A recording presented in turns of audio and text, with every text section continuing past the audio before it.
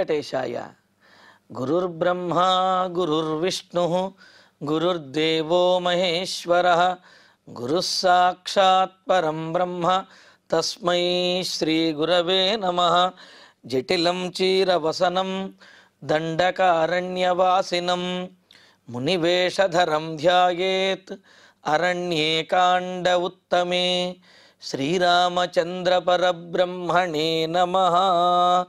అథ శ్రీమద్ రామాయణే ఆదికావ్యే అరణ్యకాండే ఏకోనపంచాశః సర్గః. పంచవటిలో ఒంటరిగా ఉన్నటువంటి సీతాదేవిని అపహరించడానికి వచ్చినటువంటి రావణాసురుడు ఎన్ని విధాల చెప్పి చూచినప్పటికీ కూడా సీతాదేవి తన మాట వినిపించుకోకుండా, తాను చెప్పిన దానిని అంగీకరించకుండా తనను తక్కువగా చూస్తూ ఉండేటప్పటికీ ఇంకా ఈ యతీశ్వరుడి వేషంలో ఎంత మాట్లాడి ప్రయోజనము లేదు. తన నిజస్వరూపాన్ని ధరించి సీతాదేవిని అపహరించడమే ఇంకా చేయవలసినది అని భావించిన రావణుడు తన నిజస్వరూపాన్ని, ఉగ్రస్వరూపాన్ని చూపిస్తూ సీతాదేవితోటి చివరగా ఒక్క మాటను మాట్లాడి, ఇంతటి గొప్పవాడినైనటువంటి నన్ను కాదని అన్నీ కోల్పోయినటువంటి రాముని యందు ఏ విధంగా నీవు అసలు మనసును కలిగి ఉన్నావు? మనుషులకు ఉండేటటువంటి ఈ భావం ఏదైతే ఉన్నదో, సామాన్యమైన మానవ మాతృరాలిలాగా నువ్వు కూడా ఆలోచిస్తూ తెలివి తక్కువగా నిర్ణయం తీసుకోవద్దు. నీవు అవునన్నా కాదన్నా సరే నిన్ను అపహరించడం తథ్యం. నీవే నన్ను స్వీకరించినట్లయితే అది గౌరవంగా ఉంటుంది. నీ మాట నేను ఎప్పుడూ కాదనను, నీకు నేను అధీనంలో ఉంటాను. కావున సీత, రాముడి మీద ఆ ప్రేమభావన విడిచిపెట్టి నా మీద ప్రేమభావన చూపించు అని చెప్పి ఇంకా రావణుడు ఆమెను అపహరించడానికి ఉద్యుక్తుడైపోయాడు. ఇక్కడ రాముడిని ఉద్దేశించి దుర్మతి అని, కైర్గుణ అనురక్త అని చెప్పి సీతాదేవిని ప్రశ్నించాడు. దీని యొక్క అంతరార్థం కనుక చూచినట్లయితే కైర్గుణై అంటే అనంతమైనటువంటి కళ్యాణ గుణములు కలిగినటువంటి వాడు పరమాత్మ. కావున ఆ అనంతమైన కళ్యాణ గుణములలో ఏ గుణములను బట్టి నీవు ఆయనను ప్రేమించావు, ఆయనను ఇష్టపడుతున్నావు అనే ఉద్దేశ్యం కూడా ఉన్నది. అదేవిధంగా దుర్మతి అనే దానికి మనకు విశేషంగా అర్థం చెబుతూ, దుష్టుల యందు కూడా మనస్సు కలిగినటువంటి వాడు పరమాత్మ. అందుకనే కైకేయీదేవి దుష్టభావనతోటి రాముడు వనవాసానికి వెళ్ళాలి అని కోరుకుంటే ఆమె యొక్క మాటను కూడా అంగీకరించి రాముడు వనవాసానికి వచ్చేశాడు. కావున దుర్మతి అనే దానికి అర్థము రావణాసురుడి ఉద్దేశంలో కాస్త బుద్ధి సరిగ్గా లేనటువంటి వాడు, ఆలోచన లేనటువంటి వాడు అని ఉన్నప్పటికీ అసలు అర్థం రాముడి విషయంలో దుర్మతి అంటే దుష్టుల యందు కూడా సాధుభావన కలిగినటువంటి వాడు అనే ఉద్దేశ్యం తెలుస్తూ ఉన్నదన్నమాట. మరి రాముడిని విడిచి నన్ను నీవు భర్తగా ఎంచుకోవాలి అని చెప్పి గర్జించి చెప్పి, సరే ఎన్ని చెప్పినప్పటికీ కూడా సీతాదేవి వినిపించుకోదు అనుకుని, ఇత్యుక్త్వా మైథిలీం వాక్యం ప్రియార్హాం ప్రియవాదినీం అభిగమ్య సుదుష్టాత్మ రాక్షస కామమోహిత జగ్రాహ రావణ సీతాం బుధఖే రోహిణీమివా. సీతాదేవిని అపహరించడానికి ఉద్యుక్తుడైపోయి ఆమెను పట్టుకుంటున్నాడు. ప్రియార్హాం, ప్రియమైనటువంటి మాటలు మాట్లాడడానికి అర్హురాలైనటువంటిది. అంటే సీతాదేవి దగ్గర ఎవరు మాట్లాడినా ప్రియముగానే మాట్లాడతారు తప్ప ఆమె విషయంలో గర్జించడం కానీ నిందించడం కానీ ఎవ్వరూ చెయ్యరన్నమాట. మరి అటువంటి ఆమె వద్ద రావణాసురుడు కఠినంగా వ్యవహరిస్తూ ఉన్నాడు. ఇంకొకటి ప్రియార్హాం, ప్రియముగానే మాట్లాడటం అలవాటు ఉన్నటువంటిది. ఆ విషయం రావణాసురుడు కూడా చూశాడు కదా. రావణాసురుడు యతివేషంలో వచ్చినటువంటి సందర్భంలో ఎంతో గౌరవంగా, ఎంతో ప్రియంగా సీతాదేవి ఆదరపూర్వకంగా ఆ రావణాసురుడితో మాట్లాడి, నా భర్త త్వరలోనే వస్తాడు, మీకు చేయవలసినటువంటి ఉపచారములన్నీ కూడా చేసి ఆ ఇష్టమైనటువంటి ఆహారమును కూడా సమర్పిస్తాము అని చెప్పి ఎంతో ఆదరభావంతో సాధువు రూపంలో ఉన్నప్పుడు రావణాసురుడితోటి మాట్లాడింది. తనతోటి చాలా ఆదరంగా మాట్లాడి తనకు అతిథి సత్కారాలు చేయడానికి కూడా సిద్ధపడినటువంటిది అయిన ఆ సీతాదేవితోటి, మైథిలీం మిథిలారాజ కుమార్తె అయినటువంటి ఆ సీతాదేవితో ఇతి ఉక్త్వా, ఈ విధంగా కఠినంగా క్రోధంతో ఎర్రబడినటువంటి నేత్రములతోటి ఇక అపహరించడం తథ్యమన్నట్లుగాను, నీవు నన్ను స్వీకరించక తప్పదు అన్నట్లుగా రావణాసురుడు కఠినంగా మాట్లాడి సుదుష్టాత్మ, దుష్టాత్మ అంటేనే సరిపోతుంది, కానీ ఇక్కడ సుదుష్టాత్మ అని అంటే ఇంకా మిక్కిలి దుర్బుద్ధి కలిగినటువంటి వాడు, సామాన్యమైన దుర్బుద్ధి కాదు. ఎన్ని చెప్పినా వినిపించుకోనటువంటి వాడు, ఏది ధర్మమో అధర్మమో అనే విషయాన్ని మర్చిపోయినటువంటి వాడు, గతి తప్పినటువంటి వాడైన రాక్షసుడైనటువంటి రావణాసురుడు కామమోహిత, కామంతో మోహాన్ని పొంది తాను ఏం చేస్తున్నాననే విషయం కూడా తెలియకుండా ఇంకా ఆమెను వశపరుచుకోవటం, అపహరించడమే తథ్యము, అపహరించడమే సరైన ఉపాయంగా భావించినటువంటి వాడై మూర్ఖత్వంతో రావణుడు ఆ కామంతో సీతామభిగమ్య, సీతాదేవి దగ్గరకు పూర్తిగా సమీపించి బుధాఖ్యే రోహిణీమివ, ఆకాశంలో బుధుడు రోహిణీ నక్షత్రాన్ని గ్రహించినట్లుగా రావణాసురుడు సీతాదేవిని అపహరించడానికి ఆమెను గ్రహిస్తున్నాడు అని చెప్పి అన్నారు. ఇక్కడ బుధ ఖే రోహిణీమివ అని చెప్పడంలో ఉద్దేశం ఏమిటంటే, రోహిణి నక్షత్రము చంద్రుని యొక్క భార్య, బుధుడు చంద్రుని యొక్క కుమారుడు కావున బుధుడికి రోహిణి తల్లి వంటిది అవుతుంది. తల్లి వంటి వారిని అలాగ కామభావనతోటి దుష్టబుద్ధితోటి అలా గ్రహించడం అనేది ఎంత తప్పో, అదేవిధంగా లోకపూజ్యుడైనటువంటి రామచంద్రుని యొక్క భార్య అయిన జగన్మాత అయినటువంటి సీతాదేవిని రావణాసురుడు ఆ విధంగా గ్రహించడం కూడా చాలా దుష్టమైనటువంటి పని. అందుకనే రావణాసురుని సుదుష్టాత్మ, తాను ఏం చేస్తున్నానో తెలియనటువంటి దుర్బుద్ధితో ఉన్నటువంటి వాడైన రావణాసురుడు బుధుడు రోహిణిని గ్రహించబోయినట్లుగా రావణాసురుడు సీతాదేవిని గ్రహించడానికి సిద్ధపడ్డాడు, ఆమెను పట్టుకుంటున్నాడు అని అన్నారు. ఇక్కడ మనకు చాలా అనుమానాలు వస్తూ ఉంటాయి. సీతాదేవి మరి పరపురుషుణ్ణి ఎవరిని కూడా స్పృశించను అని చెప్పి సుందరకాండలో కూడా అన్నది కదండి. హనుమంతుడు తన భుజం మీద తన వీపు మీద ఎక్కించుకుని లంకానగరం నుండి రాముడి దగ్గరికి తీసుకువెళ్ళిపోతాను అంటే రాముడిని తప్ప నేను ఎవరిని కూడా స్పృశించను అని చెప్పి అన్నది కదండి. మరి అటువంటి ఆమెను రావణాసురుడు ఎలా పట్టుకు తీసుకువెళ్ళిపోయాడు? పైగా అంతటి గొప్ప పతివ్రతామ తల్లి అయినటువంటి సీతాదేవిని గ్రహించిన వెంటనే రావణాసురుడు ఆ విధంగా భస్మమైపోకుండా ఇంకా ఉన్నాడేమిటి? ఏమిటి విధి విలాసము అని మనకు చాలా సందేహాలు వస్తూ ఉంటాయి. అందుకనే ఈ సందర్భంలో మిగతా పురాణాల్లో వాటిలో చెప్పినటువంటి విషయాలను కూడా క్రోడీకరించుకున్నట్లయితే మనకు వాస్తవం తెలుస్తుంది. జగ్రాహ రావణ సీతాం బుధేఖే రోహిణీమివా అని చెప్పాడు. ఇక్కడ బుధుడు రోహిణిని గ్రహించబోవటం ఎంత తప్పైనటువంటి పనో, అలాగా రావణాసురుడు సీతాదేవిని పట్టుకోవటం కూడా అంతటి తప్పు అని చెప్పి అంటున్నారు. ఇక్కడ మరి రావణాసురుడికి కొన్ని శాపాలు కూడా ఉన్నాయి. నలకూబరుడు, వేదవతి మొదలైనటువంటి వారు శపించారు. నీవు గనక కామంతో స్త్రీని సమీపించి గ్రహించినట్లయితే వెంటనే నశించిపోతావు అని చెప్పి శపించారు కదా. మరి ఆ శాపమును ఉన్నప్పుడు సీతాదేవిని పట్టుకున్న వెంటనే రావణాసురుడు కూడా నశించిపోవాలి కదా, దహించుకుపోవాలి కదా అని అంటే దానికి కూడా మనకు సమాధానం చక్కగా ఉన్నది. ఏమిటి అంటే, సీతాదేవిని రావణాసురుడు సాక్షాత్తుగా ఆమెనేమీ పట్టుకోలేదు. ఎలా పట్టుకున్నాడు అని అంటే, రాక్షసులకు ఛాయాగ్రాహిత్వం కూడా ఉంటుందన్నమాట. ఛాయాగ్రాహిత్వము అని అంటే ఎవరినైతే పట్టుకోవాలో వారిని పట్టుకోకుండా వారి యొక్క నీడను పట్టుకుని వారిని అదుపు చేస్తారు. ఇది ఎలాగండి అని అంటే, మనకు సుందరకాండలో హనుమంతుడు సముద్ర లంఘనం చేస్తున్నప్పుడు అలా ఆకాశంలో వెళుతూ ఉంటే ఉన్నట్టుండి ఆ హనుమంతుడి యొక్క వేగము తగ్గిపోయింది, ఎవరో లాగేస్తున్నట్టుగా అనిపించింది. ఏమిటా అని చూస్తే సముద్రంలో తన నీడను సింహిక అనే రాక్షసి పట్టుకుని గట్టిగా బిగించి వడిచి పట్టుకున్నది. ఆ ఛాయాగ్రాహిత్వం వల్ల, అంటే హనుమంతుడి యొక్క నీడను గట్టిగా పట్టుకోవడంతో హనుమంతుడు కూడా ఆగిపోవలసినటువంటి పరిస్థితి వచ్చిందనమాట. ఇలా రాక్షసులకు ఛాయాగ్రాహిత్వం అంటే నీడను పట్టుకుని వారిని ఆపేటటువంటి, వారిని నిర్బంధించేటటువంటి శక్తి కూడా ఉంటుంది.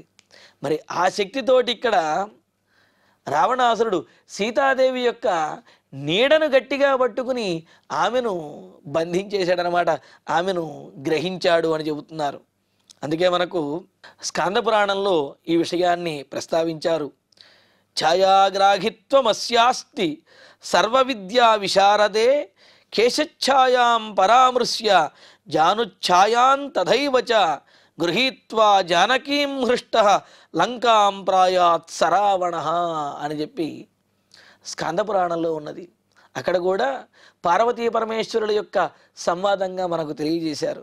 పరమేశ్వరుడు పార్వతీదేవితో చెబుతూ, ఓ పార్వతి, ఛాయాగ్రాహిత్వం అనే శక్తితోటి రావణుడు సీతాదేవి యొక్క ఆ కేశముల ఛాయను, అదేవిధంగా ఆమె యొక్క పాదముల ఛాయను కూడా పట్టుకుని, అంటే పైనేమో కేశముల యొక్క నీడను, కింద పాదముల యొక్క నీడను కూడా పట్టుకుని ఆమెను అపహరించి తీసుకువెళ్ళాడు అని చెప్పానది. దీని ద్వారా మనకేం తెలుస్తుంది? రావణాసురుడు సాక్షాత్తుగా ఆమెను గ్రహించలేదనే విషయం కూడా దీనివల్ల తెలుస్తూ ఉన్నదన్నమాట. అలాగే ఆధ్యాత్మ రామాయణంలో కూడా తతో విదార్యధరణీం నఖైరుద్ధృత్య బాహుభిః తోలయిత్వా రథే క్షిప్త్వా యయౌ క్షిప్రం విహాయస అని చెప్పి ఉన్నది. అంటే ఇంకా సీతాదేవిని అపహరించాలి అనుకుని రావణాసురుడు ఆమె భూమి కింద ఉన్నటువంటి మట్టితో పాటుగా పెకళించి ఆమెను రథంలో పడివేసి ఆ రథంలో ఎక్కించుకుని సీతాదేవిని అపహరించి తీసుకువెళ్ళాడని ఆధ్యాత్మ రామాయణంలో కూడా ఉన్నది. మరి వీటిని బట్టి చూసినట్లయితే రావణాసురుడు సీతాదేవిని సాక్షాత్తుగా గ్రహించలేదు, ఆమె యొక్క ఛాయను గ్రహించాడు. అదేవిధంగా ఆమె భూమి కింద ఉన్నటువంటి మట్టితో పాటుగా ఆమెను పైకినే లేవనెత్తి రథంలో పడవేసి అలా తీసుకువెళ్ళాడనేది మనకు తెలుస్తుందన్నమాట. ఇలాగా మరి ఆమె ఛాయను ఎలా పట్టుకున్నాడు, ఎలా గ్రహించాడనే విషయాన్ని చెబుతూ, వామేన సీతాం పద్మాక్షీం మూర్ధజేషు కరేణ సహ ఊర్వోస్తు దక్షిణేనైవ పరిజగ్రాహ పాణినా. సహా ఆ రావణాసురుడు పద్మాక్షీం, పద్మముల యొక్క రేకుల వంటి అందమైనటువంటి కన్నులు కలిగిన ఆ సీతాదేవిని వామకరేణ మూర్ధేషు, తన ఎడమ చేతితో జుట్టుని, అంటే జుట్టు యొక్క ఛాయను అని అనుకోవాలి, అలా జుట్టుని, అదేవిధంగా దక్షిణేన పాణిన ఊర్వోస్తు, తన కుడి చేతితోటి ఆమె యొక్క కాళ్ళని కూడా, పాదములను కూడా పరిజగ్రాహ ఒడిసి పట్టుకున్నటువంటి వాడై, ఇంకా సీతాదేవిని అలాగా జుట్టు యందు పాదముల యందు ఈ విధంగా తాకటం వల్ల, లేకపోతే ఇలా ఛాయ, ఆమె యొక్క ఛాయను, నీడను ఆ జుట్టు యందు, ఆ పాదముల యందు, ఆ కాళ్ళ యందు ఉన్నటువంటి నీడను పట్టుకోవటం ద్వారా రావణాసురుడికి శాపకృతమైనటువంటి ఇబ్బంది కూడా, నలకూబరుడు మొదలైనటువంటి వాళ్ళు శపించినటువంటి శాపం యొక్క ప్రభావం కూడా ఉండదు అని అనుకుని రావణాసురుడు ఆ విధంగా సీతాదేవిని ఎడమ చేతితోటి ఆమె యొక్క జుట్టును, ఆ నీడను, గుడి చేతితోటి ఆమె యొక్క కాళ్ళను కూడా ఆ నీడను పట్టుకుని ఆమెను పైకి లేవనెత్తి, తం దృష్ట్వా మృత్యు సంకాశం తీక్ష్ణదంష్ట్రం మహాభుజం ప్రాద్రవన్ గిరి సంకాశం భయార్తా వనదేవతా. రావణాసురుడు ఆ విధంగా సీతాదేవిని గ్రహించి అపహరించుకుపోవటానికి సిద్ధపడగానే ఆ ప్రాంతంలో ఉన్నటువంటి వనదేవతలందరూ కూడా భయంతో బెంబేలెత్తిపోయి అక్కడ నుంచి పారిపోయారట. అయ్యయ్యో, ఇంతటి దారుణం జరుగుతున్నదే అని చెప్పి ఆ వనదేవతలందరూ కూడా శోకిస్తూ ఆ దారుణాన్ని చూడలేక అక్కడ నుంచి వెళ్ళిపోయారట. తం గృహంతం మృత్యు సంకాశం, సీతాదేవిని ఆ విధంగా గ్రహించినటువంటి వాడు, మృత్యువుతో సమానమైనటువంటి భయంకరమైనటువంటి వాడు, ఆ తీక్ష్ణమైనటువంటి దంష్ట్రములను, కోరలను బయటపెట్టి భయంకరంగా కనిపిస్తున్నటువంటి వాడు, భుజబలం కలిగిన వాడు అయిన, పర్వతంతో సమానమైనటువంటి వాడు అయిన, అంత పెద్ద రూపంతో ఉన్న రావణుణ్ణి చూచి వనదేవతలు అక్కడ నుంచి భయంతో పారిపోయారు. ఆ సీతాదేవిని అపహరించడాన్ని వాడు చూడలేక భయంతో అక్కడ నుంచి పారిపోతున్నారు. సచ మాయా మయో దివ్య ఖరయుక్త ఖరస్వన ప్రత్యదృశ్యత హేమాంగ రావణస్య మహారథ. ఇంకా రావణుడు ఎప్పుడైతే ఆమెను ఆ విధంగా గ్రహించాడో వెంటనే రావణాసురుని యొక్క రథం అక్కడికి వచ్చేసింది, ప్రత్యక్షమైనది. ఎలా ఉన్నది? సహా అంటే రావణాసురుడు అక్కడికి వచ్చి రథం దిగిన తర్వాత రథం అదృశ్యమైపోయి కనిపించలేదు. కానీ ఇప్పుడు రావణాసురుడికి అవసరమైనది సీతాదేవిని తీసుకువెళ్ళడానికి. అందుకని వెంటనే సంకల్పించుకున్నాడు. ప్రత్యేకంగా సంకల్పం కూడా అవసరం లేదు, రావణాసురుడి యొక్క అవసరానుగుణంగా ఆ రథం వచ్చి చేరుతుందన్నమాట. అలాగా ఇంతకుముందు కనిపించకుండా ఉన్నటువంటి ఆ రావణాసురుని యొక్క మాయామయమైనటువంటి ఆ రథము దివ్య ఖరయుక్త, దివ్యమైనటువంటిదైన ఆ రథము, కంచర గాడిదలతోటి కట్టబడినటువంటిదైన ఆ రథము, ఖరస్వన, అసలు వినడానికే చాలా కఠోరంగా ఉండేటటువంటి గాడిదల వంటి స్వరంతో కూడినటువంటిదై, మరి కట్టినటువంటివి గాడిదలే కావున ఆ రథం బయలుదేరేటప్పుడు లేకపోతే ఆ రథం వచ్చినప్పుడు ఆ గాడిదలు గట్టిగా ఓండ్ర పెడుతూ ఉంటే వినడానికే చాలా ఇబ్బందికరంగాను కర్ణకఠోరంగాను ఉన్నదిట. అలా కర్ణకఠోరమైనటువంటి ధ్వనితోటి రావణాసురుని యొక్క దివ్యమైనటువంటిది, అలాగే గాడిదలు కట్టబడి ఉన్నటువంటిదైన ఆ రథము అక్కడ ప్రత్యక్షమైంది. ఆ భయంకరమైనటువంటి కర్ణకఠోరమైన శబ్దము చేస్తూ అటువంటి మహారథ రావణస్య ప్రదృశ్యత, గొప్ప రథము రావణాసురుని యొక్క గొప్ప రథం అక్కడికి వచ్చేసింది, ప్రత్యక్షమైనది. తతస్తాం పరుషైర్వాక్యైః భర్త్సయన్ సమహాస్వనః అంకేనాదాయ వైదేహీం రథమారోపయత్తదా. తతః ఇంకా తరువాత మహాస్వనః పెద్దగా గర్జిస్తున్నటువంటి వాడైన ఆ రావణాసురుడు వైదేహీం తాం పరుషై వాక్యై భర్త్సయన్, విదేహరాజ కుమార్తె అయినటువంటి ఆ సీతాదేవిని కఠినమైనటువంటి మాటలతోటి నిందిస్తూ, నువ్వు మాటలతో చెబితే వినిపించుకోవు, అందుకనే నేను ఈ విధంగా అపహరిస్తున్నాను, నీవు నా వశం కాక తప్పదు అని ఈ విధంగా ఆమెను చాలా కఠినమైనటువంటి మాటలతోటి నిందిస్తూ తీసుకుని వచ్చి, ఆ విధంగా గ్రహించి తీసుకువచ్చి రథం ఆరోపయతు, ఆ రథాన్ని రథంలోకి ఎక్కించేశాడు సీతాదేవిని. ఎక్కించేసి సాగృహీత విచుక్రోశ రావణేన యశస్విని రామేతి సీతా దుఃఖార్త రామం దూరగతం వనే.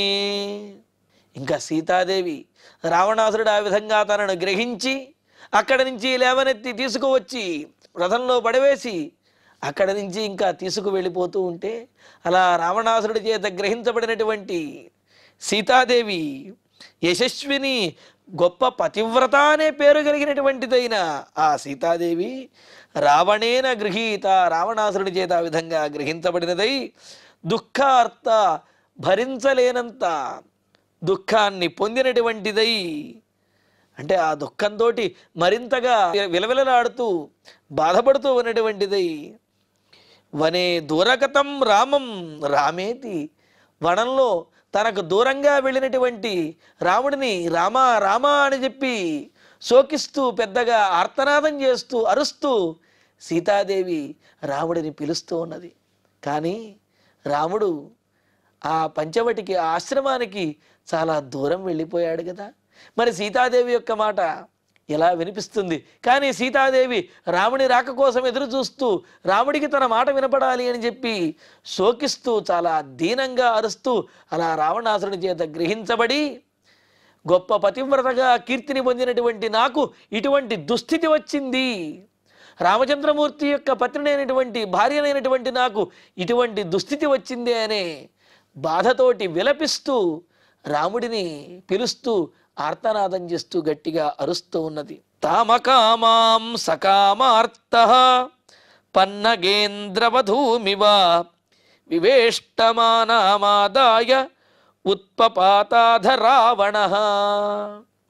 ఇంకా రావణాసురుడు అధా ఈ విధంగా సీతాదేవి అరుస్తూ ఉన్నా, రాముణ్ణి పిలుస్తూ ఉన్నా ఇవేమీ పట్టించుకోకుండా ఆ సీతాదేవిని నిందిస్తూ ఆ రథంలో పడవేసి రథంలో ఉంచి, ఇంకా అధ కామార్త, కామార్తుడై తాను ఏం చేస్తున్నానో తెలియనటువంటి విచక్షణాజ్ఞానాన్ని కోల్పోయినటువంటి వాడైన ఆ రావణాసురుడు, కామ పీడితుడైనటువంటి అతడు అకామాం, రావణాసురుని మీద అంటే అతని యొక్క గొప్పలు ఆ పరాక్రమము సంపదల గురించి చెప్పినప్పుడు అతడు నిజస్వరూపాన్ని ధరించి తన గొప్పతనాన్ని ప్రదర్శించిన తరువాత కూడా ఏమాత్రము రావణాసురుడి మీద మనస్సు లేనటువంటిది, మనస్సు పడనటువంటిది, రాముడి మీద ఏమాత్రము కూడా తక్కువ భావన పొందనటువంటిది, రాముడే గొప్పవాడు అని భావిస్తూ ఉన్నటువంటిదైనా ఆ సీతాదేవి అకామాం, ఎటువంటి మానసికమైనటువంటి వికారములు లేనటువంటి ఆ సీతాదేవిని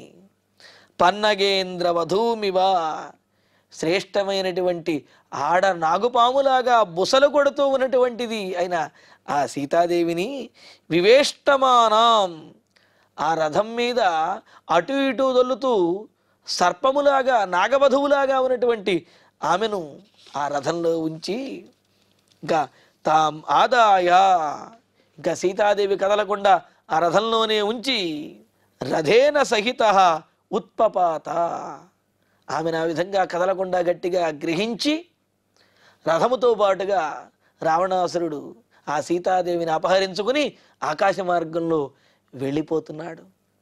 మరి అలా వెళుతున్నటువంటి రావణాసురుణ్ణి ఒకరు ఎదుర్కొని యుద్ధం చేశారు. అలా సీతాదేవిని రక్షించడానికి ఎదుర్కొని యుద్ధం చేసినటువంటి వారు ఎవరు? ఆ యుద్ధంలో రావణాసురుడు ఏ విధంగా అతడిని వధించాడు, రావణాసురుడికి కూడా ఎంతటి భయం కలిగే విధంగా అతడు యుద్ధం చేశాడు అనే విశేషాలను తరువాతి ప్రవచనంలో తెలుసుకుందాము. ఇక ఇప్పుడు శ్లోకాలను పారాయణ చేసుకుందాము. ఇత్యుక్త్వా మైథిలీం వాక్యం ప్రియార్హాం ప్రియవాదినీం అభిగమ్య సుదుష్టాత్మా రాక్షసః కామమోహితః జగ్రాహ రావణః సీతాం బుధఃఖే రోహిణీమివ వామేన సీతాం పద్మాక్షీం మూర్ధజేషు కరేణ సహ ఊర్వోస్తు దక్షిణేనైవ పరిజగ్రాహ పాణినా తం దృష్ట్వా మృత్యు సంకాశం తీక్ష్ణదంష్ట్రం మహాభుజం ప్రాద్రవన్ గిరి సంకాశం భయార్తావనదేవతాః సచమాయామయో దివ్యః ఖరయుక్తః ఖరస్వనః ప్రత్యదృశ్యత హేమాంగః రావణస్య మహారథః తతస్తాం పరుషైర్వాక్యైః భర్త్సయన్ స మహాస్వనః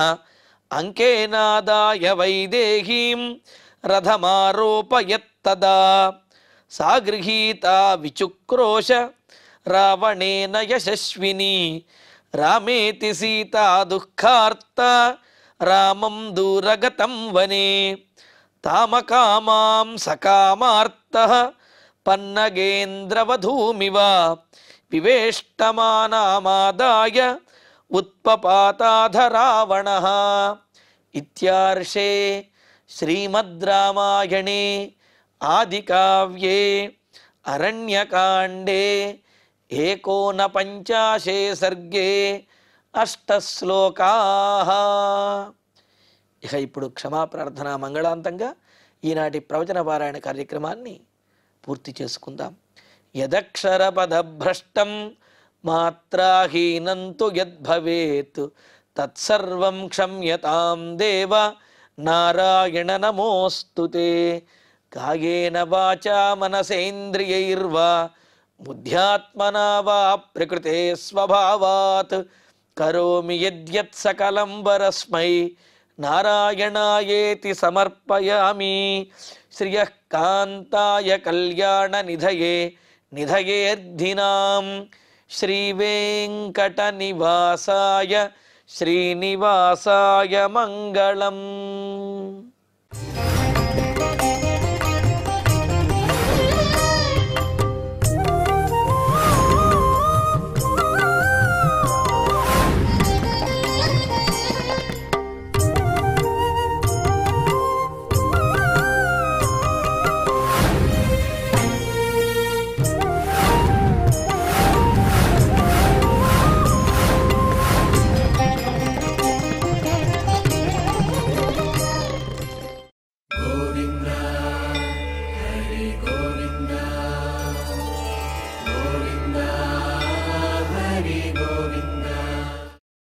ఓం నమో